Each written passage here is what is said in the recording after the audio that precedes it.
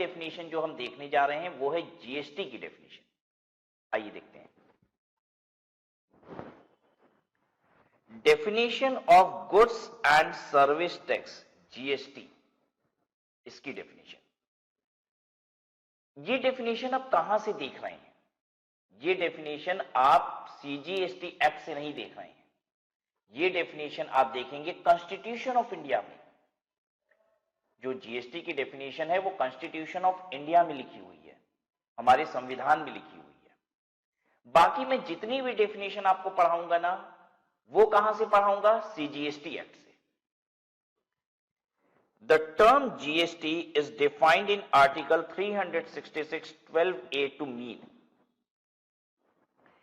any tax on supply of goods or services or both. Any tax on supply of goods or services or both, except taxes on supply of alcoholic liquor for human consumption. Except taxes on supply of alcoholic liquor for human consumption. जो alcoholic liquor for human consumption है, यानी कि alcohol, दारू, इस पे GST नहीं लगेगी। अरे ये कौन सी बात हुई? इस पे तो आपको लगता होगा कि गवर्नमेंट को दबा के लेना चाहिए, अल्कोहल पे जीएसटी क्यों नहीं? अल्कोहल पे तो और दबा के जीएसटी लेनी चाहिए गवर्नमेंट को, क्यों नहीं ले रही है? तो अब मैं आपको बताऊंगा कि अल्कोहल अपने आप में एक बहुत बड़ा मुद्दा था कि हमारे देश में जीएसटी आए कि ना आए। पता है, अल्कोहल की मैन्युफैक्चरिंग पे एक्साइज ड्यूटी लगती है, और फिर जब ये सेल होता है तो इस पे वैट और सीएसटी लगता है। वैसे तो एक्साइज ड्यूटी जो रेवेन्यू है वो सेंट्रल गवर्नमेंट की है, लेकिन अल्कोहल पे जो एक्साइज ड्यूटी भी लगती थी ना, वो पता है किसकी रेवेन्यू थी? स्टेट गवर्नमेंट की। मतलब अल्कोहल जब बनेगा तो स्टेट एक्साइज ड्यूटी लगती थी, और जब बिकता था तो उस पे वैट या सीएसटी लगता था, वो भी किसको मिलता था? स्टेट गवर्नमेंट को। यानी दारू बनने से लेके बिकने तक, दारू बनने से लेके बिकने तक जितना भी टैक्सेस था वो किसका था? स्टेट गवर्नमेंट का। और इनफैक्ट बहुत सारी स्टेट गवर्नमेंट ऐसी है जो ये कहती है कि अगर हमारे प्रदेश में, हमारे राज्य में दारू बंद हो गई तो समझ लो राज्य बंद हो जाएगा। मतलब इतनी बड़ी रेवेन्यू वहां से आती है। आपने ये बात भी नोटिस की होगी कि बहुत सारी स्टेट में अल्कोहल बिकती है, बहुत सारी स्टेट में नहीं बिकती है। ऐसा कैसे? वो इसलिए क्योंकि ये पूरा का पूरा जुरिसडिक्शन एरिया किसका है? स्टेट गवर्नमेंट का। स्टेट गवर्नमेंट डिसाइड करती है कि हमारे स्टेट में दारू बिकेगी कि नहीं। जैसे देखिए, गुजरात में, बिहार में अल्कोहल बिकती है क्या? नहीं। क्यों? क्योंकि उन स्टेट ने डिसाइड किया है कि नहीं, हमारे यहां नहीं बिकेगी, हमें नहीं चाहिए इसकी रेवेन्यू। अब कुछ स्टेट है कहती है कि अगर हम अल्कोहल बेचना बंद कर देंगे, हमारी स्टेट में अल्कोहल ना बिके, तो इतना रेवेन्यू लॉस होगा कि स्टेट नहीं चल पाएगा हमारा, तो वहां बिकती है। आई होप आपको इतनी बात समझ में आ रही है। तो जब जीएसटी लाने की बात हुई तो स्टेट ने कहा कि देखो, अल्कोहल के साथ कोई छेड़छाड़ नहीं, उसमें बंटवारा, क्योंकि जीएसटी एक ऐसा कानून बन रहा है जिसमें आधा पैसा सेंट्रल गवर्नमेंट को जाता है, आधा स्टेट गवर्नमेंट को। तो स्टेट ने साफ मना कर दिया, अल्कोहल के साथ मजाक नहीं होगा। ठीक है, वो जैसे चल रहा है वैसे ही चलता रहेगा। तो संविधान में यह बात लिखी गई, जीएसटी के कानून में भी नहीं। जा सोचो, जीएसटी के कानून में नहीं, संविधान में यह बात लिख दी गई कि हम लोग अल्कोहल पे जीएसटी नहीं लगाएंगे।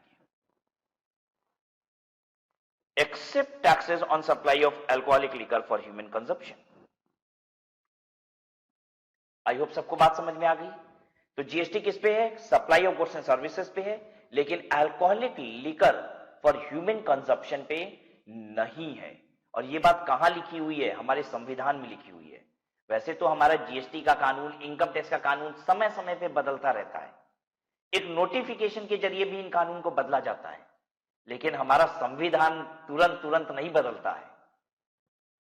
राइट? और यह बात संविधान में लिखी गई है ताकि वो ज्यादा रिलैक्स रहें, ज्यादा कंफर्टेबल फील करें कि हां, ये अल्कोहल को जीएसटी के दायरे में नहीं लाया जाएगा। राइट?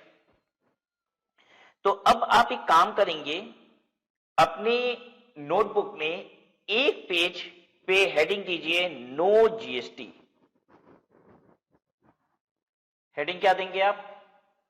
No GST. और इसमें हम लोग बहुत सारे पॉइंट्स को वन बाय वन नोट करेंगे कि किन किन चीजों पे जीएसटी नहीं है और क्यों नहीं है। Alcoholic liquor for human consumption पे जीएसटी नहीं है, अभी हमने ये पढ़ा, alcoholic liquor for human consumption, इस पे जीएसटी नहीं है। इसका कारण क्या है, क्यों जीएसटी नहीं है इस पे? Not included in definition of GST given in constitution, इसलिए जीएसटी नहीं लगता है। एक्चुअली बहुत सारे आइटम पे जीएसटी नहीं लगता है हमारे देश में, लेकिन उसके अलग अलग कारण हैं, ठीक है। कुछ आइटम पे जीएसटी इसलिए नहीं लगता क्योंकि वो गुड्स और सर्विसेज है ही नहीं, इसलिए जीएसटी नहीं लगता। क्योंकि जीएसटी किस पे लगता है, देखिए जीएसटी लगता है सप्लाई ऑफ गुड्स और सर्विसेज पे, और कुछ आइटम ऐसे हैं जो गुड्स और सर्विसेज दोनों में से कुछ भी नहीं है, इसलिए जीएसटी नहीं लगता, राइट। फिर कुछ आइटम ऐसे हैं जो नॉन टैक्सेबल सप्लाई में स्पेसिफाइड है, इसलिए जीएसटी नहीं लगता। तो अलग अलग कारण है, हमें यह भी देखना होगा कि जीएसटी किन पे नहीं लगता और क्यों नहीं लगता है। और ये हम ग्रेजुअली सीख पाएंगे, जब हम बहुत सारी डेफिनेशन कर लेंगे तब हम ये सीख पाएंगे। तो इसमें हम लोग पॉइंट्स को आगे बढ़ाते रहेंगे, ये पूरा पेज आप ब्लैंक छोड़ दीजिए। चलिए आगे बढ़ते हैं अब हम लोग। वेदर जीएसटी इज एप्लीकेबल और नॉट, हमें ये डिस्कस करना है। सबसे पसंदीदा चीज आपके सामने है पहले, ठीक है, Kingfisher beer, this is alcoholic liquor for human consumption. आपको बताना है इस पे जीएसटी लगता है कि नहीं, जल्दी बताइए। जीएसटी लगता है? नहीं, अभी अभी पढ़ा हमने कि हमारे संविधान में कहा गया है कि इस पे जीएसटी नहीं लगेगा, जीएसटी नॉट एप्लीकेबल। अच्छा, जीएसटी नहीं लगता इसका मतलब सरकार टैक्स ही नहीं ले रही है? ले रही है, इस पे तो राज्य सरकार भर भर के टैक्स ले रही है, ठीक है। और राज्य सरकार ये चाहती थी कि जो टैक्स ले रही है वो वैसा चलता रहे, इसके साथ कोई छेड़खानी ना हो, इसलिए इसको जीएसटी में नहीं लाया गया। आ गई बात समझ में? आइए दूसरी बात करते हैं, कोडिरेक्स कफ सिरप। अब मैं इसकी बात क्यों कर रहा हूं पहले आपको बता दूं, ये जो कफ सिरप होते हैं ना, इसमें लगभग 25% कंटेंट अल्कोहल होता है। मतलब अगर ये 100 ml की बोतल है तो लगभग 25 ml इसमें अल्कोहल डला हुआ है। हाँ, यही अल्कोहल, दारू डली हुई है 25% इसमें। तो अब मैं पूछना ये चाहता हूं कि क्या इस पे जीएसटी लगेगा कि नहीं। उसके पहले मैं थोड़ी सी बात आपसे और करूंगा। क्या आपने ड्राई डे सुना है? ड्राई डे सबने नहीं सुना होगा, लेकिन अल्कोहल पीने वालों ने जरूर सुन रखा होगा, उन्होंने ध्यान दिया होगा इस दिन का, तो वो विशेष ध्यान देते हैं। आइडिया है आपको? ड्राई डे का मतलब सूखा दिन, गला सूखा रह जाता है, तर नहीं होता, दारू अंदर नहीं जा सकती। क्यों? सरकारी बंदी है दारू की दुकानों की, आज वाइन शॉप्स बंद रहेंगी। तो जिस दिन गवर्नमेंट वाइन शॉप्स बंद रखती है ऑल ओवर इंडिया, उसे कहा जाता है ड्राई डे। मैं आपको बताता हूं कुछ ड्राई डे, जैसे 26 जनवरी ये ड्राई डे है, 15 अगस्त ये ड्राई डे है, 2 अक्टूबर गांधी जी जिस दिन पैदा हुए थे उस दिन गला तब नहीं हो सकता, ठीक है, कोई विशेष दुश्मनी होगी गांधी जी को, तो 2 अक्टूबर ये ड्राई डे है। और भी कुछ दिन होते हैं ड्राई डे, मुझे ज्यादा जानकारी नहीं है इन सब चीजों की। तो ये सब ड्राई डे है। अच्छा, अब अगर ड्राई डे होता है तो इस दिन अल्कोहल नहीं मिलेगी, लेकिन आपको पता है कि जिसको अल्कोहल चाहिए उसको चाहिए, उसका तो उसके बिना गुजारा नहीं है, तो वो क्या करता है? मैंने कई बार बच्चों से ऐसा पूछा कि वो क्या करता होगा, तो लोग कहते हैं कि 2 दिन पहले से खरीद के स्टॉक रख लेता होगा, ये तो उसको भी पता होगा, राइट। जिसको रोज की चाहिए उसको तो पता होता होगा ना किस किस दिन बंद होती है, वो तो बल्कि इसका तो शेड्यूलर लगा के रखता होगा, ठीक है, मोबाइल में अलार्म भी लगा के इसके लिए रखता होगा कि मुझे परचेज करना है। तो देखिए, एक तो ये बात जरूर हो गई कि वो पहले से अपना स्टॉक रख लेता होगा, लेकिन अगर फिर भी नहीं है तो एक दूसरा रास्ता उनके पास होता है। यू विल सी कि वो लोग केमिस्ट की दुकान पे जाते हैं और कोडीरेक्स की 10 बॉटल ले लेते हैं, ठीक है, अगर कोडीरेक्स की 10 बॉटल लिए 100 ml की, जिसमें 25-25 ml अल्कोहल है और 10 बोतल पी गए, तो 25 ml इंटू 10 250 ml दारू तो शरीर के अंदर चली गई। अब ठीक है, आनंद आ गया। कभी आपने बचपन में कोडीरेक्स पिया है? जब आप बचपन में कोडीरेक्स पीते थे तो आपको नींद आती थी, पता नहीं आपको ये बात अब याद भी शायद नहीं होगी, और वो नींद इसी वजह से आती थी क्योंकि उसमें अल्कोहल था। और अगर नहीं याद है तो एक काम कीजिएगा, अगली बार जब सर्दी लगे तो अब कोडीरेक्स लीजिएगा। अब मुझे उम्मीद है आपको नींद कम आएगी, मजा ज्यादा आएगा, राइट? तो मैंने आपको पूरी कहानी सुनाई कि इसमें अल्कोहल का कंटेंट होता है। ये एक मेडिसिनल प्रिपरेशन है which is containing alcoholic liquor, ठीक है, ज्यादा आनंद नहीं लेना है, पढ़ाई करनी है। It's an medicinal preparation containing alcoholic liquor. आपको बताना है इस पे जीएसटी लगेगा कि नहीं लगेगा, जल्दी बताइए, जीएसटी लगेगा नहीं लगेगा? लगेगा, GST is applicable on it. किस पे नहीं लगेगा? Which is alcoholic liquor for human consumption, जो लीकर की तरह ही कंज्यूम होता है। ये लीकर की तरह कंज्यूम नहीं होता, ये दवा की तरह कंज्यूम होता है। आप कहोगे सर आपने तो अभी सुनाए मुझे बात, 10-10 बोतल पी लिया। अरे वो तो ऐसा ये बनाया इसलिए नहीं ना गया है, कोडीरेक्स सिरप का ये ऑब्जेक्टिव नहीं ना है, वो तो मैंने आपको बता दिया कि लोग ऐसा भी कर लेते हैं। तो alcoholic liquor for human consumption as an liquor is outside the purview of GST, but if you are making any medicinal preparation containing alcohol, that would be liable for GST. Now let us talk of some toiletry preparation which also includes alcohol. बहुत सारी चीजें होती हैं toiletry preparation which includes alcohol. जैसे one is, मैंने एक example आपके सामने रखा है, x after save lotion. In fact x तो मैंने एग्जांपल के तौर पे ले लिया, जितने भी आफ्टर सेव लोशन है उसमें अल्कोहल होता है, राइट? और भी बहुत सारी चीजें होती हैं जिनमें अल्कोहल होता है, मैं नाम लिखता हूं। हेयर डाई में अल्कोहल होता है, ठीक है, जो डिओडेंट होते हैं इसमें अल्कोहल होता है, परफ्यूम में अल्कोहल होता है। इनफैक्ट आपको आश्चर्य होगा ये जान के, माउथ वॉश में भी अल्कोहल होता है, राइट? इन सब में अल्कोहल के कंटेंट होते हैं। क्वेश्चन मेरा ये है कि क्या इन पे जीएसटी लगता है कि नहीं, इन आइटम्स से जिसमें अल्कोहल है? टॉयलेटरी प्रिपरेशन लगता है, इस पे जीएसटी लगेगा। तो आई होप सबको क्लियर हो गया कि जीएसटी किस पे नहीं लग रहा है, alcoholic liquor for human consumption. तो इसकी कैटेगरी हो गई, मुझे बहुत ज्यादा नहीं जानकारी है, आपको ज्यादा होगा, बियर, ठीक है, then wine, vodka and whatever, ठीक है, आप ज्यादा समझते हो। तो जितनी भी ये अल्कोहल वाली कैटेगरीज हैं उन पे जीएसटी नहीं लगता है। Now coming to the next definition, goods. Goods means, अच्छा अब ये गुड्स की डेफिनेशन दी कहां हुई है? CGST act.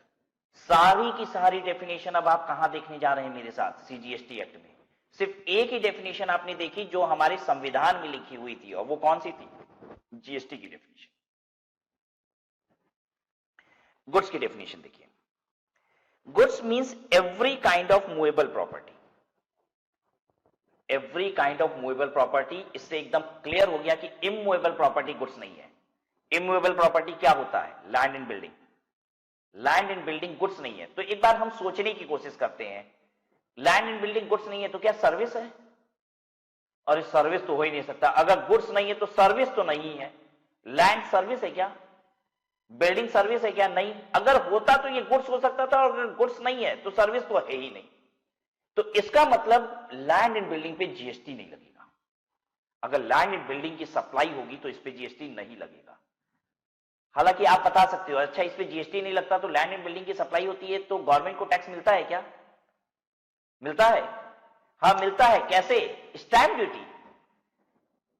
जमीन की, मकान की रजिस्ट्री होगी तो स्टैंप पेपर पे होती है ना, राइट? और वो स्टैंप पेपर का पैसा तो गवर्नमेंट को मिल रहा है ना। तो चलिए एक दूसरा पॉइंट हम लोग लिखते हैं यहां पे, alcoholic liquor for human consumption पे जीएसटी नहीं होता। दूसरा, इमूवेबल प्रॉपर्टी पे नहीं होता। इमूवेबल प्रॉपर्टी पे नहीं होता। क्यों नहीं होता? कारण बताइए। नॉट गुड्स, ये गुड्स ही नहीं है तो कहां से जीएसटी लग जाएगा? जीएसटी की डेफिनेशन याद है? जीएसटी की डेफिनेशन क्या कह रही थी? कह रहा था कि ये सप्लाई ऑफ गुड्स और सर्विसेज पे लगता है, सप्लाई ऑफ गुड्स और सर्विसेज पे लगता है, अल्कोहल छोड़ के। तो भाई अगर मैंने लैंड एंड बिल्डिंग को कहा कि तुम गुड्स नहीं हो, तो सर्विस तो है नहीं, तो इसका मतलब जीएसटी नहीं लगेगा, क्योंकि गुड्स और सर्विस की सप्लाई पे तो जीएसटी लगता है। तो ऐसा नहीं है कि सरकार को टैक्सेस नहीं मिल रहा है, सरकार ले तो रही है स्टैंप ड्यूटी, सरकार स्टैंप ड्यूटी ले रही है। अल्कोहलिक लिकर पे जीएसटी नहीं है, तो बच थोड़ी ना गया अल्कोहलिक लिकर, उस पे लग रहा है टैक्स। कौन सा? पुराना वाला, जो पहले टैक्सेस लगता था वही लग रहा है। क्या लग रहा है? स्टेट एक्साइज ड्यूटी लग रही है और वैट लग रहा है, स्टेट एक्साइज ड्यूटी और वैट लग रहा है। Immovable property, this not goods, इसमें क्या क्या आएगा? लैंड आ जाएगा और बिल्डिंग आ जाएगा। अब थोड़ी बात और सुनिए, ध्यान से सुनिए। जो रेडी बिल्डिंग होती है वो इमूवेबल प्रॉपर्टी है और उस पर जीएसटी नहीं लगेगा। लेकिन अगर बिल्डिंग अंडर कंस्ट्रक्शन होती है और हम अपना फ्लैट बुक कराते हैं, ध्यान से सुनिएगा, बिल्डर बिल्डिंग बना रहा है, अंडर कंस्ट्रक्शन अभी चल रही है, और हम उसको बुकिंग कराते हैं कुछ पैसे देके, 10 लाख रुपए देके मैंने बुकिंग कराया फ्लैट का। तो पता है ये 10 लाख रुपया आपने इमूवेबल प्रॉपर्टी का नहीं दिया है। क्यों? क्योंकि जिस दिन आपने 10 लाख रुपए दिया है उस दिन इमूवेबल प्रॉपर्टी एग्जिस्ट ही नहीं करती, इमूवेबल प्रॉपर्टी उस दिन है ही नहीं। अब बिल्डर पैसा कैसे लेते हैं आपको भी बहुत अच्छे से पता है। वो तो भूमि पूजन आज करते हैं और आज ही कागजों पे दिखा देते हैं ऐसी ऐसी बिल्डिंग बनेगी, ऐसी ऐसी इमारत बनेगी, और फ्लैट बेच डालते हैं। तो जिस दिन हम बुकिंग करा रहे हैं, बिल्डिंग रेडी नहीं है, हमने पैसा दिया है, तो क्या आपने इमूवेबल प्रॉपर्टी का पैसा दिया है? नहीं। कानून कहता है इमूवेबल प्रॉपर्टी तो है ही नहीं, तो पैसा इमूवेबल प्रॉपर्टी का कहां है? पैसा आप दे रहे हो कंस्ट्रक्शन सर्विस का। ओ माय गॉड, जब तक बिल्डिंग रेडी नहीं है तब तक जो पैसा है वो कंस्ट्रक्शन सर्विस का है और इस पे जीएसटी लगेगा।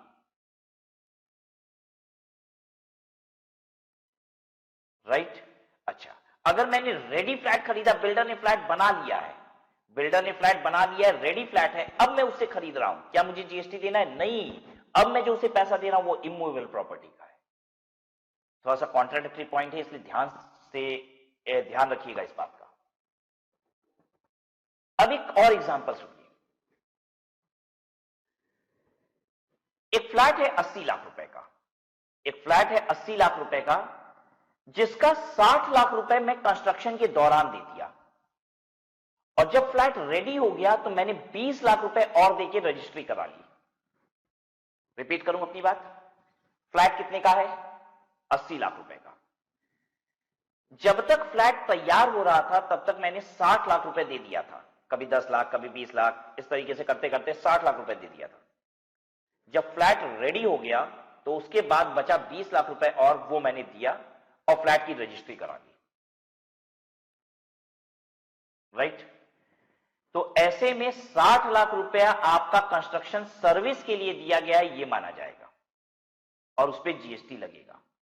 और जो फ्लैट रेडी होने के बाद आपने 20 लाख रुपए दिया था वो इमूवेबल प्रॉपर्टी का पैसा कहलाएगा और उस पर जीएसटी नहीं लगेगा। राइट?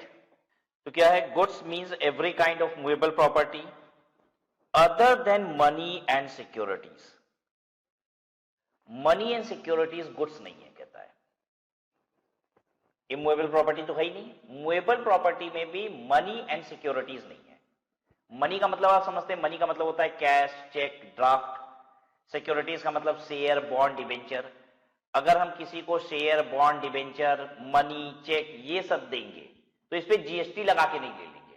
जैसे मान लीजिए हम अपनी कंपनी का शेयर बेच रहे हैं, शेयर है 10 रुपए का, तो 10 रुपए का ही देंगे, जीएसटी नहीं लगाएंगे।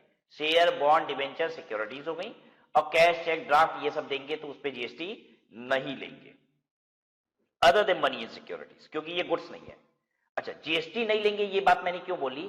क्योंकि सर्विस की डेफिनेशन देखिए, इसमें भी क्या लिखा हुआ है, service means anything other than goods.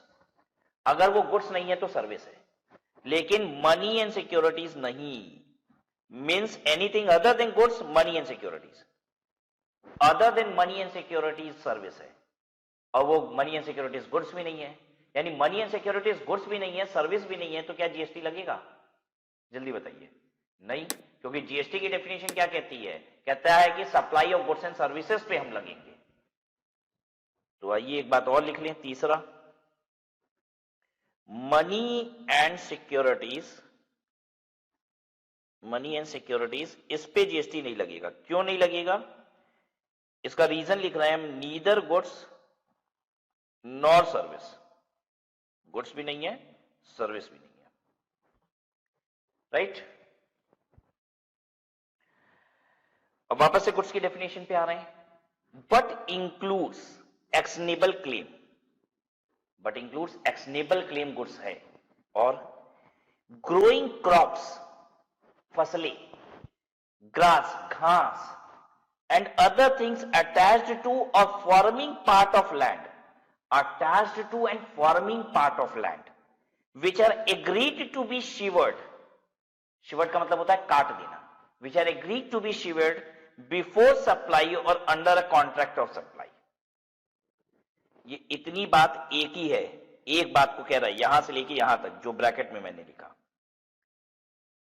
Includes दो चीजें, एक कह दिया एक्शनेबल क्लेम और दूसरा ये ब्रैकेट वाली बात।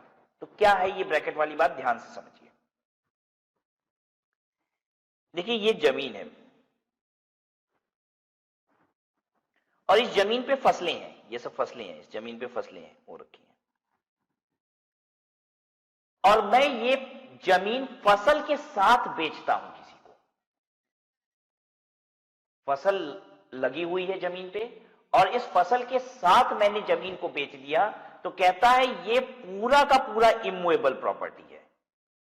मतलब फसल, जमीन सब क्या है? इमूवेबल प्रॉपर्टी है, राइट। और इमूवेबल प्रॉपर्टी पे जीएसटी नहीं लगता, आपको पता है, ठीक है, तो जीएसटी नहीं लगेगा। लेकिन अगर मैंने फसल को काट दिया, ये देखो काट दिया मैंने, फसल को काट दिया, अगर काट के मैंने दिया तो ये गुड्स है, यही बता रहा है, तब ये गुड्स है। आ गया समझ में सबको? देखिए जमीन इमूवेबल प्रॉपर्टी है और जमीन पे अगर फसल है, पेड़ वेड़ उगा हुआ है और मैं पेड़ काटे बिना जमीन को बेच देता हूं, तो वो इमूवेबल प्रॉपर्टी कहलाएगा। वो पेड़ सहित जो जमीन है वो इमूवेबल प्रॉपर्टी कहलाएगा। पेड़ भी इमूवेबल, जमीन भी इमूवेबल, सब इमूवेबल कहलाएगा, जीएसटी नहीं लगेगा।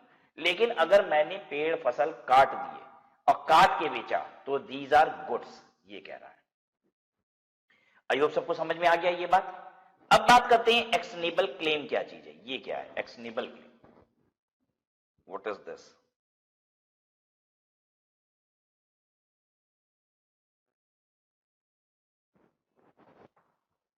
एक्शनेबल क्लेम क्या चीज है? एग्जाम्पल समझते हैं, बहुत आसान भाषा में मैं समझाता हूं आपको।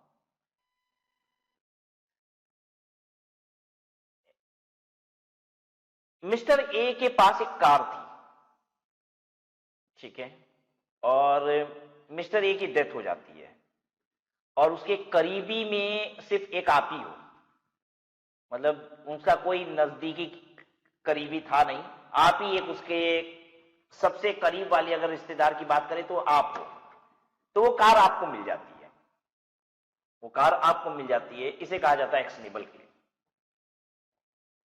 इसे कहा जाता है एक्शनेबल क्लेम। मतलब ऐसे समझ लीजिए एक्शनेबल क्लेम हम किसको कहते हैं? जो चीज मेरी नहीं थी और अचानक से मुझे रिसीव हो जाए, अनसिक्योर, मतलब उस पर मेरा हक नहीं था, ऐसे समझिए जिस चीज पे मेरा हक नहीं था वो मुझे मिल जाए, तो that is called actionable claim. अब ध्यान दीजिएगा, पिताजी की डेथ हो जाती है तो बेटे को प्रॉपर्टी मिल जाती है, वो एक्शनेबल क्लेम नहीं है, ध्यान से समझिए। क्यों? क्योंकि उस पर हक बेटे का था। आई होप आपको बात समझ में आ गई हम क्या कहना चाहते हैं, ठीक है। किसी चीज जिसपे मेरा हक नहीं है वो चीज मुझे मिल जाए तो that is called actionable claim और इसे गुड्स माना जाता है, राइट। अब हम सर्विस की डेफिनेशन पे आ रहे हैं। अगेन ये डेफिनेशन कहां पे है? सीजीएसटी एक्ट में है। डेफिनेशन क्या कहता है? Means anything other than goods, money and securities. बड़ी सुंदर डेफिनेशन है। गुड्स की डेफिनेशन में कहता है सब कुछ गुड्स है, बस क्या नहीं है? इमूवेबल प्रॉपर्टी गुड्स नहीं है, मनी सिक्योरिटी गुड्स नहीं है, बाकी सब गुड्स है। और सर्विस की डेफिनेशन सुनो, अगर वो गुड्स नहीं है तो सर्विस है, मतलब जीएसटी तो हर हाल में देना पड़ेगा। जो गुड्स नहीं है वो सर्विस है, और जीएसटी किस पे लगता है? गुड्स या सर्विस पे। और जो गुड्स नहीं है वो सर्विस है, तो यानी जीएसटी सब पे लग जाएगा। सरकार ने ये कानून बनाया है। तो आपको कि सर बहुत सारी चीज तो बच जा रही है, बच इसलिए जा रही है क्योंकि सरकार दूसरे तरीके से आपको लपेट के टैक्स ले रही है, बच कुछ नहीं रहा है। ठीक है, जैसे आप कहोगे, देखो मैंने समझाया ना कि अल्कोहल पे तो पुराना टैक्स लग ही रहा है, इमूवेबल प्रॉपर्टी, क्या इस पे टैक्स लग रहा है? हाँ लग रहा है भाई साहब।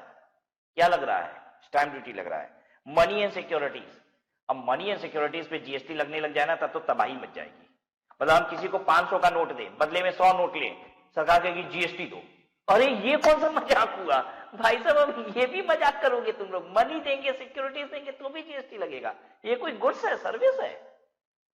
तब तो ये मतलब हो जाएगा ना, मनी देने का मतलब किसी को मैंने 500 का नोट दिया, कहा खुले दे दे, मुझे छुट्टे दे दे, 100 के वो 5 नोट दिया, गवर्नमेंट कहेगी सप्लाई हो गया, सप्लाई कर दिया तुमने गुड्स का, लाओ जीएसटी लाओ मेरा। तो वो होना भी नहीं चाहिए। तो तीसरे वाले पॉइंट पे नहीं है तो ठीक है, होना भी नहीं चाहिए। आ जाओ,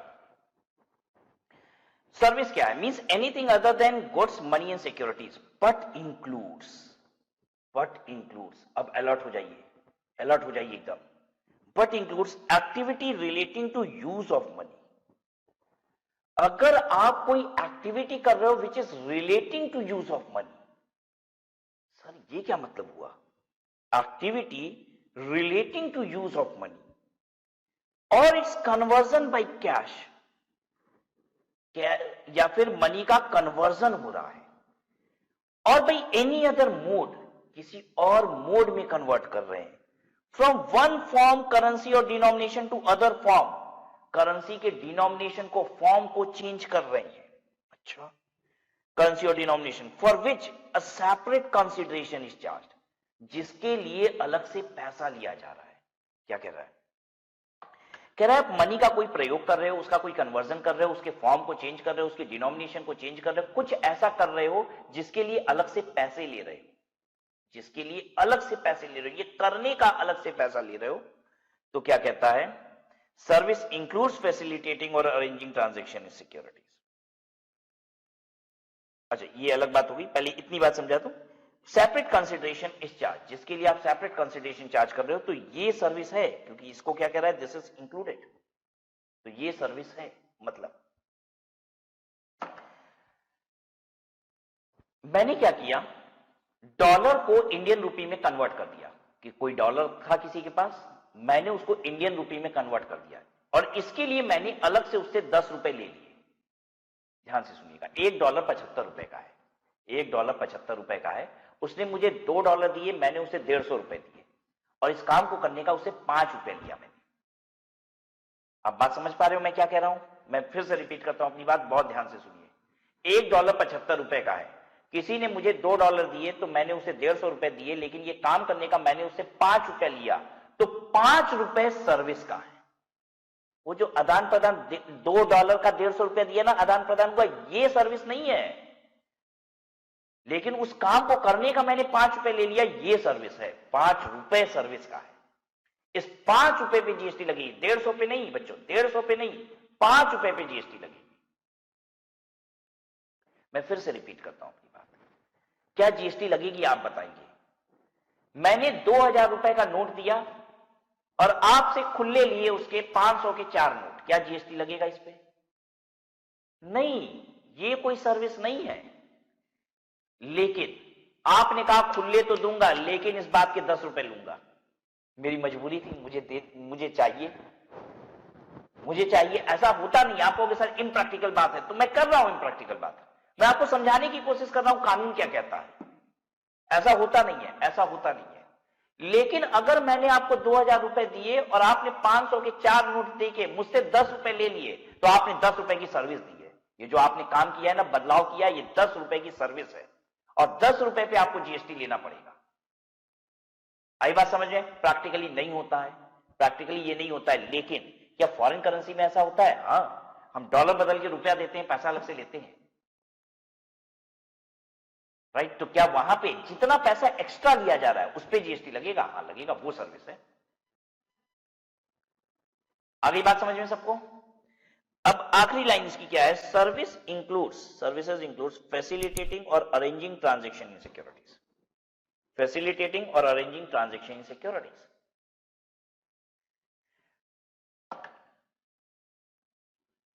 डिबेंचर पे जीएसटी नहीं लगेगा, लेकिन मिस्टर एक्स मुझसे कहता है मैं तुम्हारे डिबेंचर बिकवाऊंगा और हर डिबेंचर बिकवाने का मैं तुमसे 1% कमीशन लूंगा, राइट? तो जो 1% वो कमीशन ले रहा है ये सर्विस है और इस पे जीएसटी लगेगा। फिर से सुनिएगा, मेरा शेयर 100 रुपए का है, मिस्टर एक्स कहता है तुम्हारा शेयर बिकवा दे, हम कहते हैं हाँ बिकवा दो, कहता है 1 रुपया लेंगे एक शेयर बिकवाने का, 100 में वो बिकवाएगा लेकिन 1 रुपया वो ले लेगा। बात समझ में आई?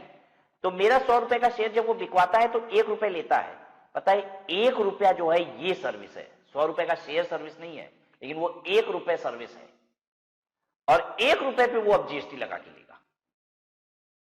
100 पे जीएसटी नहीं लगेगा, लेकिन 100 रुपया का शेयर बिकवाने का उसने कमीशन लिया है ना, जो वो सर्विस है, उस पे जीएसटी लगेगा। यही बात यहां लिखी हुई है कि अगर कोई फैसिलिटेट कराता है, अरेंज कराता है ट्रांजैक्शन सिक्योरिटीज, तो उस पे जीएसटी लगेगा। जैसे मैं बताता हूं, आप स्टॉक एक्सचेंज से शेयर खरीदते हैं, किसी ब्रोकर के थ्रू शेयर खरीदते हैं, तो वो ब्रोकरेज लेता है, तो जो ब्रोकरेज लेता है उस पे जीएसटी लगेगा। फिर से मैं बताता हूं इस बात को, जैसे मैंने 100 रुपए का रिलायंस कंपनी का शेयर खरीदा, कहां से? अप स्टॉक्स के थ्रू, ज़ेरोधा के थ्रू, कहीं से भी मैंने खरीदा, किसी स्टॉक ब्रोकर के थ्रू मैंने खरीदा, तो वो मुझसे ब्रोकरेज लेता है। मान लीजिए उसने 1 रुपए की ब्रोकरेज ली, तो वो अब 1 रुपए पे जीएसटी भी लेगा।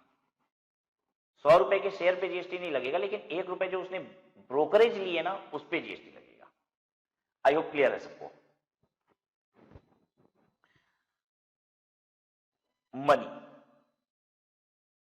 मनी और सिक्योरिटीज पे जीएसटी नहीं लगता। मनी का मतलब क्या होता है? मनी का मतलब होता है Indian legal tender. Indian legal tender मतलब जिसपे गांधी जी की फोटो लगी है, वो मनी है, ठीक है? इंडियन लीगल टेंडर वही है। और एनी फॉरेन करेंसी, जो विदेशी मुद्रा है वो भी मनी है। डॉलर, पाउंड, ये सब भी क्या है? मनी है। चेक भी मनी है, प्रॉमिसरी नोट भी मनी है, बिल ऑफ एक्सचेंज मनी है, लेटर ऑफ क्रेडिट मनी है, ड्राफ्ट मनी है, पे ऑर्डर मनी है, ट्रेवलर्स चेक मनी है, मनी ऑर्डर मनी है, पोस्टल और इलेक्ट्रॉनिक रेमिटेंसेस मनी है। क्या आपको ये सारी चीज समझ में आती है कि नहीं? कोई दिक्कत तो नहीं है ना? इंडियन लीगल टेंडर आपको समझ में आता है, मुझे मालूम है। फॉरेन करेंसी आप समझते हो, चेक आप समझते हो, promissory note, bill of exchange एक ही जैसी चीज है, आप समझते हो ये भी। लेटर ऑफ क्रेडिट क्या होता है? लेटर ऑफ क्रेडिट ऐसे समझ लीजिए, जैसे हम विदेश में अगर ट्रांजैक्शन करते हैं, किसी विदेशी से ट्रांजैक्शन करते हैं, तो कभी कभी वो मुझसे कहता है कि माल मैं भेज रहा हूं, पहले पेमेंट करा दो। जैसे हम मान लीजिए दुबई से कुछ माल मंगा रहे हैं, ठीक है? जल्दी जल्दी समझिएगा, इस पे टाइम वेस्ट नहीं करना है अपने को। लेटर ऑफ क्रेडिट क्या है? जैसे मैं दुबई से माल मंगा रहा हूं, ठीक है, तो मैं उससे कहता हूं माल भेजो, वो कहता है अरे पेमेंट दो पहले। हम कहते हैं माल तो भेजो तब तो पेमेंट दे, पहली बार ट्रांजैक्शन कर रहे हैं हम, तो तुमको जानते भी नहीं है, इंटरनेट से तुम्हारा नंबर निकाले, फोन मिलाए हैं, बोल रहे हैं माल भेजो, कैसे पैसा दे दें, पता नहीं तुम भेजोगे कि नहीं। तो कह रहे हैं हम तुमको माल कैसे भेज दें, हम तुमको कौन सा जान रहे हैं। तो बेसिकली इस ट्रांजैक्शन में क्या होता है? लेटर ऑफ क्रेडिट लगता है, ये गारंटी लेटर होता है। हम अपने बैंक में जाते हैं, बैंक से कहते हैं कि हम 5 लाख रुपए का माल दुबई से मंगा रहे हैं, 5 लाख रुपए का एक गारंटी लेटर बना दो, ठीक है? तो वो गारंटी लेटर बना देता है बैंक वाला, और उसको हम ये गारंटी लेटर भेज देते हैं। अब वो निश्चिंत हो गया वहां पे कि भैया पैसा मिल जाएगा, बैंक ने गारंटी दे दी है। और बैंक क्या करती है? मेरा अकाउंट में पैसा फ्रीज कर देती है। फ्रीज करने का मतलब ये होता है खाते में पैसा है लेकिन हम निकाल नहीं पाएंगे, 5 लाख रुपया मेरे खाते में से अब निकलेगा नहीं, वो फ्रीज है बैंक के पास, क्योंकि बैंक ने किसी को वादा कर दिया है कि तुम्हारा पैसा हम देंगे, ठीक है?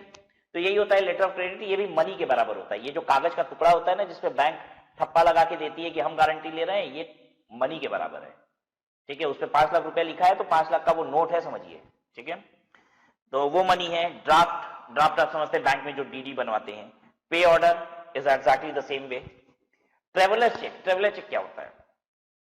ट्रेवलर चेक, तो जैसे मान लीजिए मैं दुबई जा रहा हूं घूमने, ठीक है, तो कैश ले जाना सुरक्षित रहेगा? आपको क्या लगता है? मुझे 2 लाख रुपए लेके जाना है दुबई घूमने, 2 लाख रुपए कैश लेके जाएं, सुरक्षित है? नहीं, कहीं गिर गया कुछ या चोरी हो गया, कैश नहीं ले जाना, तो क्या करें फिर? क्या करें? कार्ड लेके जाएं, इंटरनेशनल कार्ड। कहीं स्वैप, जहां पे हम गए वहां पे कहीं स्वैप की फैसिलिटी नहीं थी, तो पता चला नहीं हो पाया।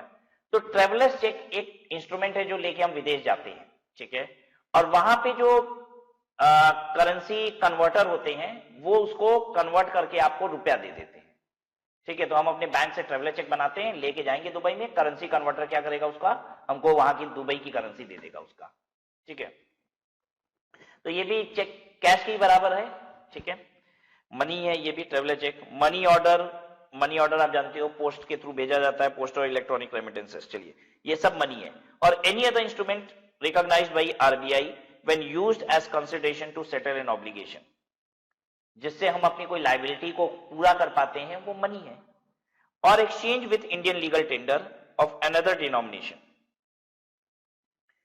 But shall not include any currency that is held for its numismatic value. इतनी बात को हाईलाइट करिए, but shall not include any currency that is held for its numismatic value. कह रहा है कोई भी करेंसी जो अपनी न्यूमिस्मैटिक वैल्यू के लिए जानी जाती है, उसको मनी नहीं कहेंगे। उसको मनी नहीं कहेंगे मतलब वो गुड्स हो गया, फिर तो वो गुड्स हो गया। क्या मतलब होता है numismatic value? Limited edition currency, limited edition currency, right.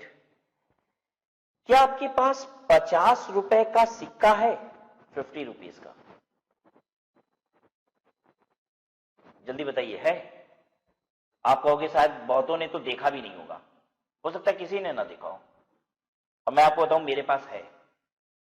ये लिमिटेड एडिशन करेंसी है। ये सरकार जो करेंसी बहुत कम बनाती है ना, कुछ पीसेस बनाती है गिनती के, ठीक है, तो ये लिमिटेड एडिशन करेंसी है। ये अपनी न्यूमिस्मैटिक वैल्यू के लिए जाना जाता है। एक बात बताइए, अगर मैं किसी को ये 50 रुपए का सिक्का दूंगा तो उससे 50 रुपए ही लूंगा? नहीं। पता है, मुझे लगता है ये 50 रुपए का सिक्का अगर मैं चाहूं तो 1 लाख रुपए का भी बेच सकता हूं।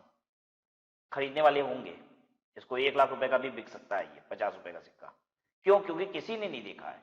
ये लिमिटेड एडिशन करेंसी है हमारे देश की, ठीक है। तो कह रहा है कि ये मनी नहीं माना जाएगा, ये 50 रुपए नहीं है, ये गुड्स है। और जब मैं इस सिक्के को किसी को दूंगा और किसी से 5 लाख रुपए लूंगा ना, तो 5 लाख पे जीएसटी लेनी पड़ेगी। कह रहा है ये मनी थोड़ी ना, ये तो सामान है, माल है, ये गुड्स है, गवर्नमेंट कह रही है, राइट। एक एग्जांपल यहां पे मैंने लिया है कि sale of coin collection of set of 100 coins. मेरे पास 100 सिक्कों का कलेक्शन है। बताइए सिक्का कैसा है? मैं आपको बताता हूं।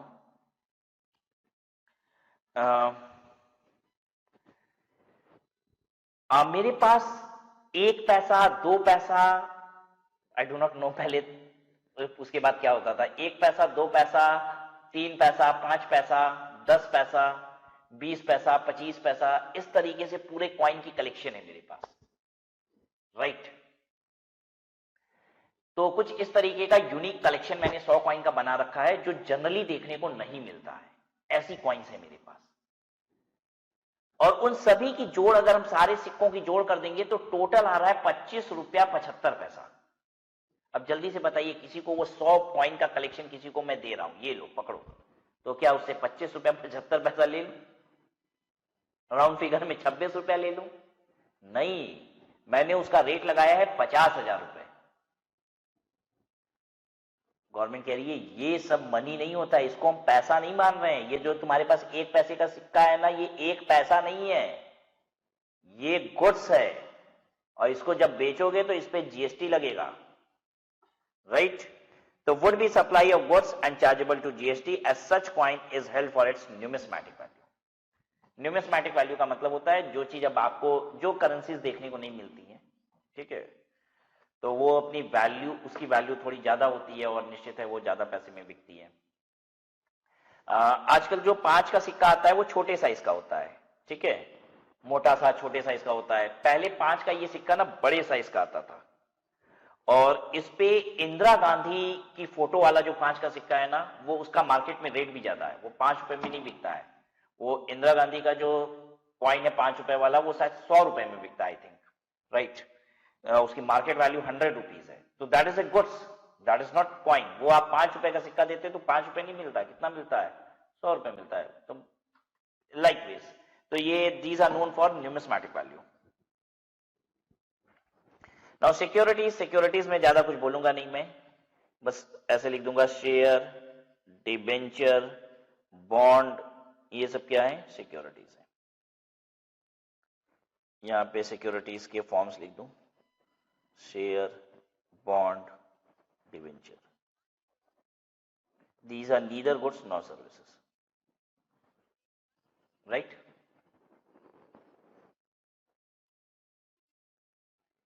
Conceptual framework of GST.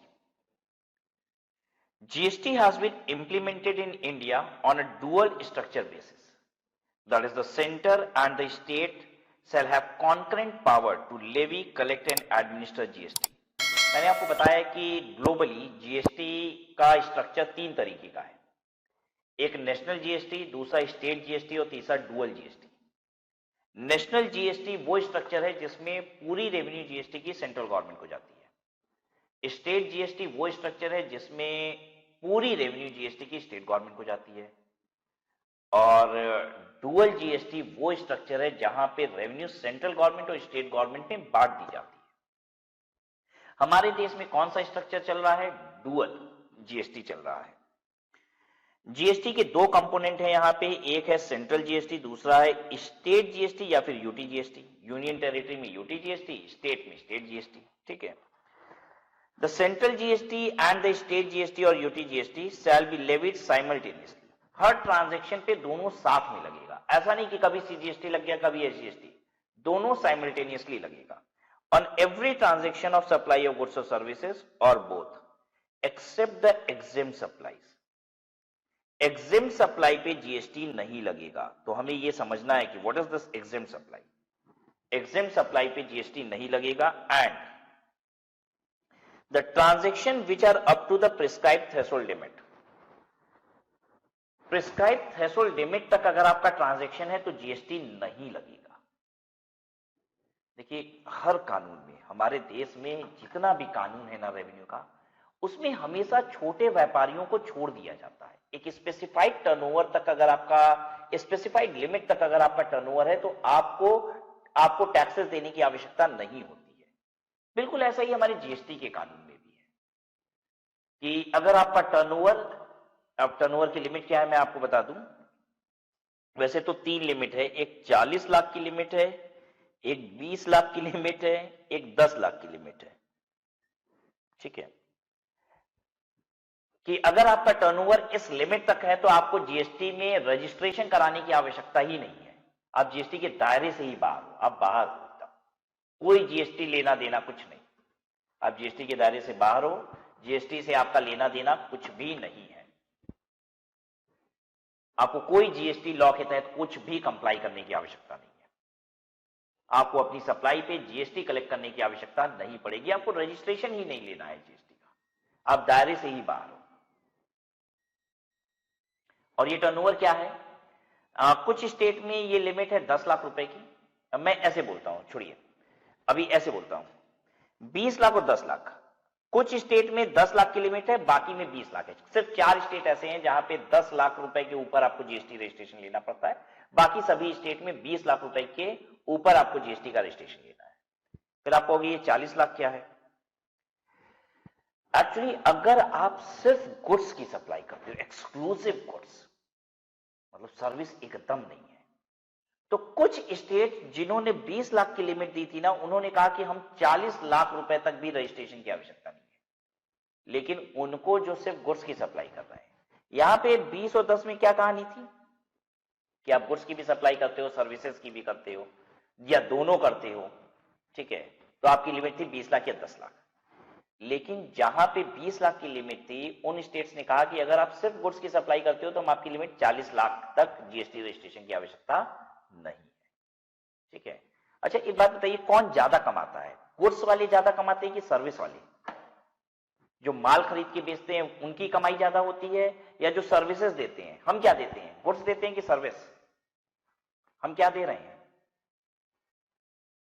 जल्दी बताओ। हम सर्विसेज देते हैं। ठीक है, अब ध्यान से समझने की कोशिश कीजिएगा कि गुड्स और सर्विसेज में मार्जिन क्यों अलग अलग है।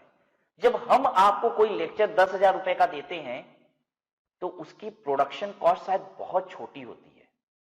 जितना पैसा आता है वो मेरी जेब में जाता है, राइट? सर्विसेज में पर यूनिट कॉस्ट नहीं ना होती, पर यूनिट कॉस्ट नहीं होती। मेरे जो खर्चे हैं वो फिक्स्ड एक्सपेंडिचर है, मेरे खर्चे जो हैं वो लगने ही लगने हैं, राइट। लेकिन जो गुड्स बेच रहा है वो अगर 10,000 रुपए का गुड्स बेचता है तो 9,000 रुपए का, 9,500 रुपए का खरीद के लाता है, फिर उसको 10,000 का बेचता है। या अगर मैन्युफैक्चर करता है तो इतना पैसा लगा के वो उसको तैयार करता है फिर बेचता है, तो उसकी मार्जिन कम होती है, राइट। तो गवर्नमेंट भी इस बात को समझती है कि व्यापारी कौन बड़ा है। अगर कोई सर्विस में 20 लाख रुपए के ऊपर भी सर्विस दे रहा है तो वो बड़ा व्यापारी है। लेकिन गवर्नमेंट कह रही है अगर 40 लाख रुपए तक का भी गुड्स बेचता है ना तो शायद वो बड़ा व्यापारी नहीं है, इसलिए 40 लाख तक गुड्स वालों को छोड़ देंगे। और सर्विस वाला है या दोनों करता है तो 20 लाख तक की लिमिट है। अच्छा, अभी मैं एग्जैक्ट खुल के आपको ये सब नहीं बताऊंगा कि कहां पे क्या चलता है, रीजन बीइंग कि ये सब आपको पढ़ना है रजिस्ट्रेशन में। अभी सिर्फ आपको ये सब नहीं बताना था, ये लिमिट बताना ही नहीं था, बस मुझे ये बताना था कि जो एग्जेम्प्ट सप्लाई है उस पर जीएसटी नहीं लगता, और एक लिमिट है कि इस अमाउंट तक अगर आपका टर्नओवर है, इस अमाउंट तक अगर आपका टर्नओवर है तो जीएसटी नहीं लगता, ठीक है। सीजीएसटी, सीजीएसटी किस पे लगेगा? इंट्रा स्टेट सप्लाई पे लगेगा। और ये कौन लगाएगा? सेंटर लगाएगा। सेंटर लगाने का मतलब सेंट्रल गवर्नमेंट लगाएगी। एसजीएसटी किस पे लगेगा? इंट्रा स्टेट सप्लाई पे लगेगा। लगाएगा कौन? स्टेट लगाएगा।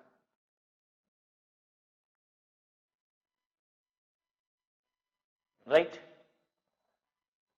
अच्छा, कुछ यूनियन टेरिटरी है वहां पे भी एसजीएसटी लगता है, जैसे कि दिल्ली, ये पौंडीचेरी की जगह पुडुचेरी लिखना चाहिए था मुझे, नया नाम पुडुचेरी। और बोलिए, पुडुचेरी के बाद एक और यूनियन टेरिटरी है जम्मू एंड कश्मीर, जेएंडके। यहां पे इन सब जगह पे भी क्या लगता है? SGST, right.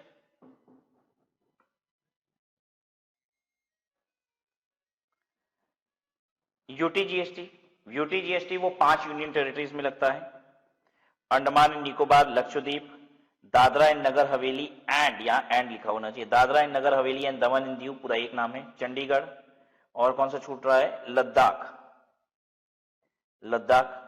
UTGST shell be levied. IGST, IGST कब लगेगा? इंटर स्टेट सप्लाई होती है तो आईजीएसटी लगेगा।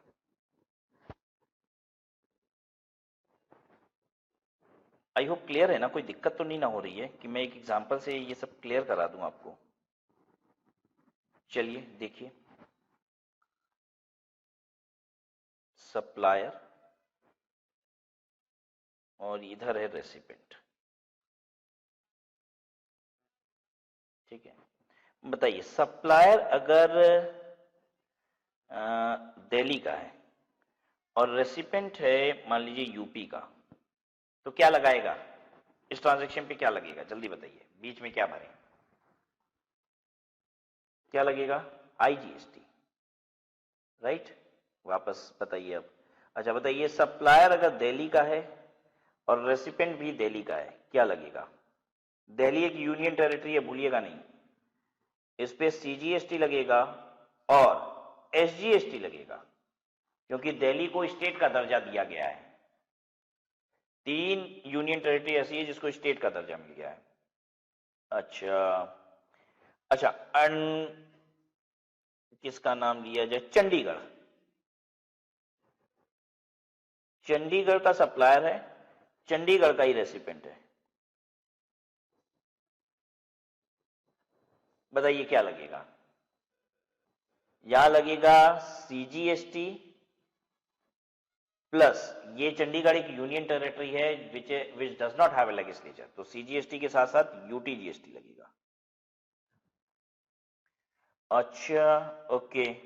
अच्छा ये बताइए, अगर चंडीगढ़ से माल जाता है लक्षद्वीप,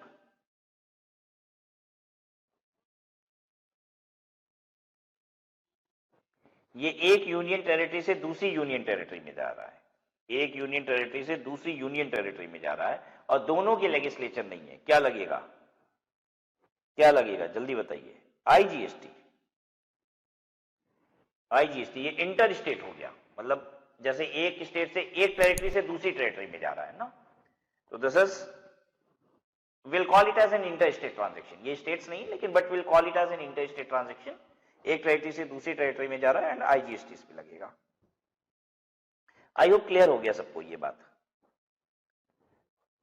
राइट। अगर चंडीगढ़ से यूपी में आएगा तो भी एक टेरिटरी से दूसरी टेरिटरी में जा रहा है, आईजीएसटी लगेगा।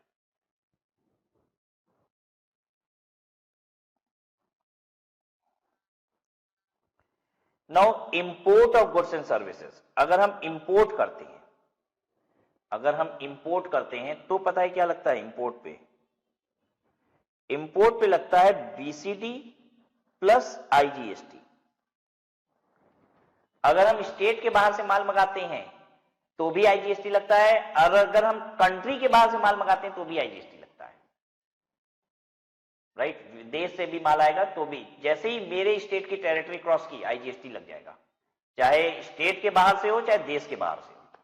हाँ, अगर देश के बाहर से आ रहा है तो एक टैक्स और लग रहा है जिसका नाम है BCD, that is basic custom duty, ये भी लग रहा है, और साथ में क्या लग रहा है? आईजीएसटी। लेकिन मैं आपको बता दूं, हमारे देश में कस्टम का अपना एक अलग लॉ है, ठीक है, और इंपोर्ट पे जो आईजीएसटी लगता है ना, वो आईजीएसटी एक्ट के तहत नहीं लगता है, वो कस्टम्स एक्ट के तहत लगता है। कस्टम के कानून में ये बात लिखी हुई है कि इस पे आईजीएसटी लगाया जाएगा, आईजीएसटी के कानून में नहीं। तो ये आईजीएसटी के कानून के तहत ये वाला आईजीएसटी नहीं लगता है, ये आईजीएसटी लगता है कस्टम के कानून के तहत। पढ़ाता हूं आपको ये बात। Import of goods and services, import of goods and services of both shall be treated as interstate supply and would be liable to IGST। और उस पे क्या लगेगा? IGST। Since GST is a destination based consumption tax, IGST on imports shall be levied and collected by the state in which goods and services or both are finally consumed or used। अच्छा, ये IGST का पैसा किसको जाएगा? जिस state का importer है। अगर मान लीजिए मैं उत्तर प्रदेश से हूं और मैंने इंपोर्ट किया है, तो मैंने क्या क्या पे किया? बीसीडी और आईजीएसटी दोनों लगा किसके थ्रू है? कस्टम के कानून के थ्रू, राइट। आईजीएसटी किसको जाएगा? यूपी गवर्नमेंट को। हालांकि आईजीएसटी पहले जाती है सेंट्रल गवर्नमेंट को, ये बात पता है। बीसीडी तो सेंट्रल गवर्नमेंट को जाएगी, आईजीएसटी भी जाएगा सेंट्रल गवर्नमेंट को, लेकिन सेंट्रल गवर्नमेंट फिर फर्दर किसको दे देगी? यूपी गवर्नमेंट को। ये ऐसे होगा, मतलब ultimately it has to come to UP government. IGST वहां जाता है जो कंज्यूमिंग स्टेट होता है, जहां का रेसिपेंट होता है।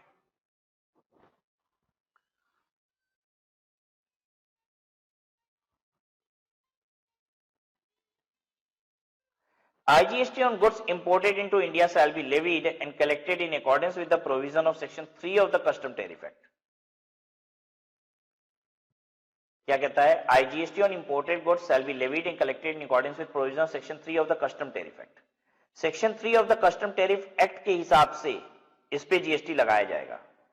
ये टैरिफ एक्ट जो होता है ना, वो रेट बताता है, क्या रेट ऑफ जीएसटी होगा, ठीक है। At the point when duties of custom are levied on the said good under section 12 of custom act, मैं आपको हाईलाइट करा देता हूं। सेक्शन 12 ऑफ कस्टम एक्ट ये बताता है कि आईजीएसटी लगेगा, ये बताता है लेवी। और section 3 of custom tariff act ये बताता है रेट क्या होगा, क्या रेट से जीएसटी लगेगा। तो बिल्कुल वही बात कही गई है, जीएसटी का रेट क्या होगा। अगर जो प्रोडक्ट हम इंपोर्ट कर रहे हैं, अगर वही प्रोडक्ट हम इंडिया में बना के बेचे होते तो उस पर जो भी जीएसटी का रेट होता वही इंपोर्टेड प्रोडक्ट पे लगेगा। एग्जांपल से समझो इस बात को। जैसे हमने टूथब्रश इंपोर्ट किया है, तो टूथब्रश पे इंपोर्ट पे जीएसटी कितना लगेगा, उस पर क्या क्या लगेगा। टूथब्रश इंपोर्ट करोगे बीसीडी लगेगा और आईजीएसटी। तो ये आईजीएसटी का रेट क्या होगा, ये आईजीएसटी का रेट वही होगा अगर टूथब्रश इंडिया में बिका होता, इंडिया का मैन्युफैक्चर्ड टूथब्रश बिका होता, तो उस पर जो जीएसटी का रेट होता वही इंपोर्टेड प्रोडक्ट पे भी रहेगा। हाँ, लेकिन उसके साथ साथ एक ड्यूटी और लग जाएगी, दैट इज बीसीडी, जिससे आपका कोई वास्ता नहीं है, ठीक है। अभी हम लोग जीएसटी समझ रहे हैं।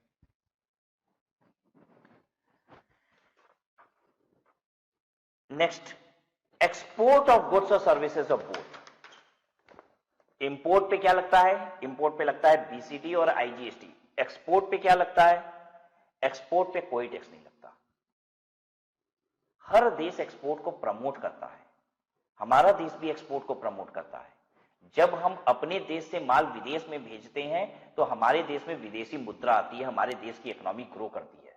और हर देश ये कहता है कि विदेश में माल बेचो, विदेश से माल खरीदो नहीं, विदेश में माल बेचो। जब हम विदेश का माल खरीदते हैं तो क्या होता है? हमारी इकोनॉमी पुअर होती है, हमारा पैसा विदेश में चला जाता है, हमारे देश का पैसा विदेश में चला जाता है। तो विदेशी माल खरीदने पे टैक्स लगता है, लेकिन विदेश में माल बेचने पे कोई टैक्स नहीं लगता। विदेश में माल बेचो, हर देश यही करता है। तो आप कहोगे कि सरकार, जब हम विदेशी माल यहां आता है, हमारा देश कमजोर हो रहा है, तो फिर क्यों आने देती है सरकार? बंद क्यों नहीं कर देती? बंद इसलिए नहीं कर देती है क्योंकि हमारे देश ने कई देशों के साथ ऐसा एक एग्रीमेंट कर रखा है कि ना तो हम तुम्हारे माल पे रोक लगाएंगे, ना तुम मेरे माल पे रोक लगाओगे। और ये 1993 में करीब मनमोहन सिंह जी ने ये काम किया था। मतलब ही सेड कि Indian doors will be open to the entire world. हम अपने देश को एक इंटरनेशनल मार्केट बनाएंगे।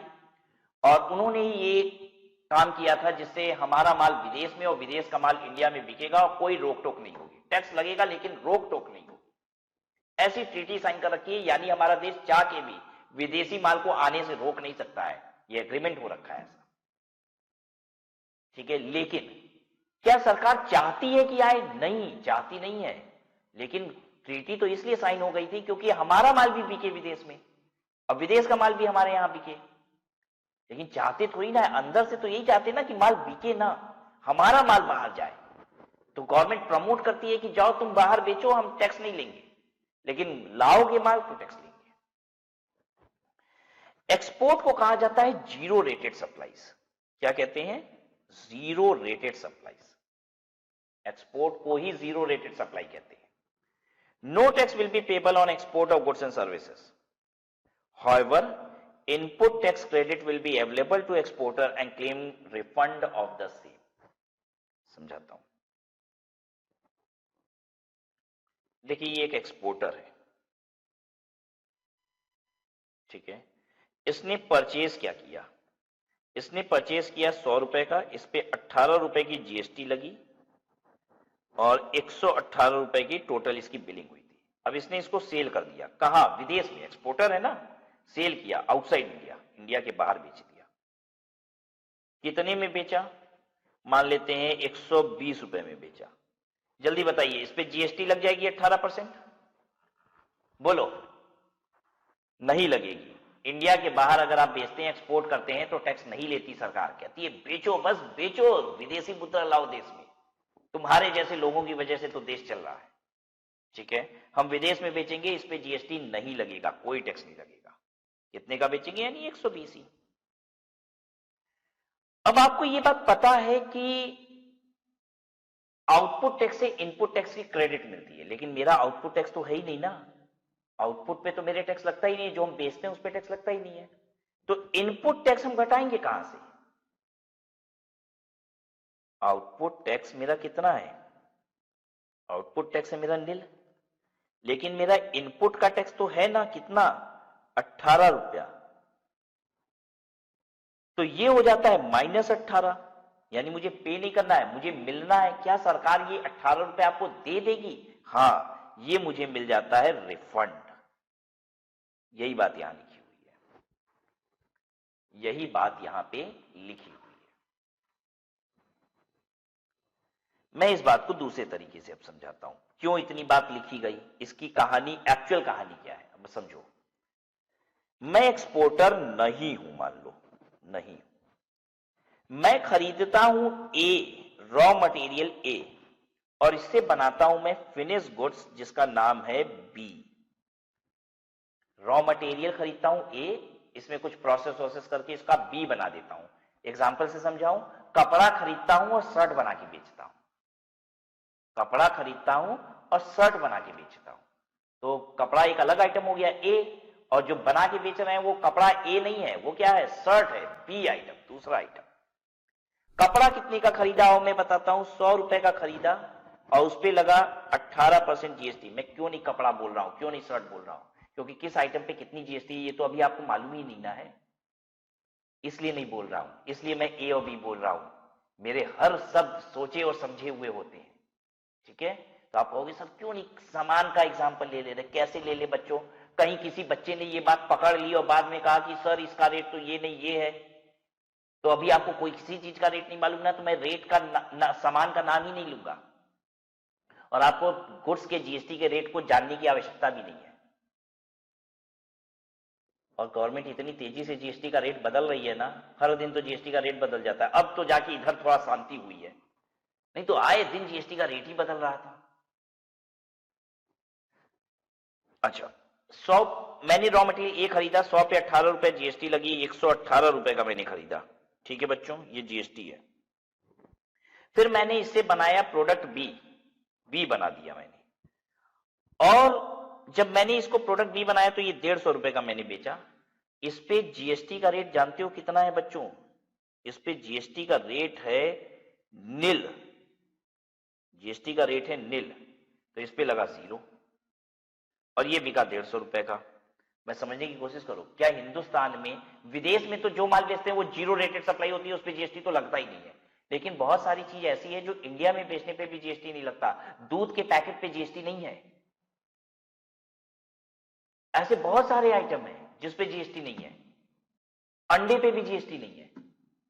जो रोजमर्रा वाली चीजें हैं ना, जो सरकार को लगता है कि गरीब अमीर सब खरीदते हैं, इस पे जीएसटी सरकार ने लगाया ही नहीं है। सब्जियों पे जीएसटी नहीं है, कभी देखा ठेला वाला जीएसटी के साथ बिल बना के पकड़ा दिया हो आपको, सब्जी वाला?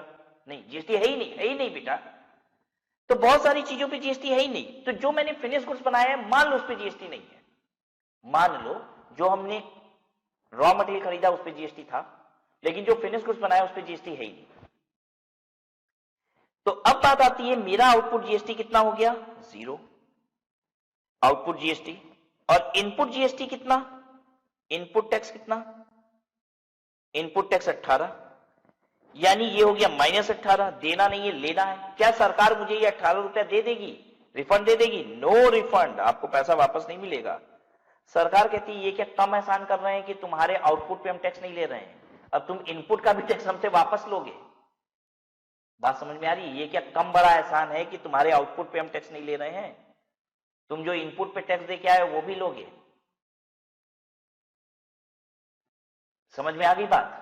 लेकिन अगर हम एक्सपोर्ट करते हैं ना, तो एक्सपोर्ट पे तो कभी भी टैक्स नहीं होता, लेकिन इनपुट का टैक्स वापस मिलता है। ये अंतर है, ये अंतर है एक्सपोर्ट में। एक्सपोर्ट पे टैक्स नहीं लगेगा, लेकिन जो माल खरीदे थे उस पे जो टैक्स दिए थे ना, वो सरकार वापस दे देती है। ये मुझे 18 रुपए रिफंड मिलता है सरकार से, यहां नहीं मिलता। तो देयर आर 2 थिंग्स, मैं आपको बताता हूं। एक होता है 0 रेटेड सप्लाई, 0 रेटेड सप्लाईज। बहुत ध्यान से, गलती हो जाती है बच्चों, आप बच्चे हो, गलती कर देते हो, ध्यान से सुनो, गलती नहीं करना। 0 रेटेड सप्लाई, और दूसरा होता है word nil rated supplies. Nil rated supplies. 0 rated supply का मतलब होता है एक्सपोर्ट, और नील रेटेड सप्लाई का मतलब होता है GST rate is 0%। Nil rated supply का मतलब होता है वो आइटम जिसका जीएसटी रेट ही 0% है। अच्छा, एक्सपोर्ट करते समय ये नहीं देखा जाता है उसका रेट कितना है। अरे हो सकता है इंडिया में रेट उसका 28% जीएसटी है, लेकिन एक्सपोर्ट करोगे तो 0 रेटेड ही हो जाएगा। एक्सपोर्ट पे तो किसी पे भी नहीं लगता ना, चाहे वो 18 वाला आइटम हो, 28% वाला हो, 12% हो, कोई भी हो। नील रेटेड सप्लाई का मतलब होता है 0% जीएसटी है उसपे। और किस पे होती है? मैंने एग्जांपल से बताया, रोजमर्रा वाले आइटम्स में ना 0% जीएसटी है। Are you getting my point? जल्दी से बताइए। कार पे जीएसटी का रेट है 28%, मैं एक्सपोर्ट कर रहा हूं कार, कितना जीएसटी लगेगा? कार पे जीएसटी का रेट है 28%, मैं एक्सपोर्ट कर रहा हूं, कितना जीएसटी लगेगा? नहीं लगेगा। क्यों? जल्दी बताओ क्यों? नील रेटेड सप्लाई हो गया कि 0 रेटेड सप्लाई हो गया? 0 रेटेड सप्लाई हो गया। वो नील रेटेड थोड़ी ना, वो तो 28% वाला माल है, लेकिन एक्सपोर्ट कर दिए इसलिए वो 0 रेटेड सप्लाई है। और अंतर क्या है इन दोनों में? जीरो रेटेड सप्लाई में इनपुट टैक्स क्रेडिट जो होता है, इनपुट का टैक्स जो होता है वो रिफंड मिल जाता है, लेकिन नील रेटेड सप्लाई में इनपुट के टैक्स की आपको रिफंड नहीं मिलती। आई होप कोई परेशानी नहीं है यहां तक। चलिए, अगर यहां तक परेशानी नहीं है तो आज की क्लास को हम लोग यहीं समाप्त करेंगे।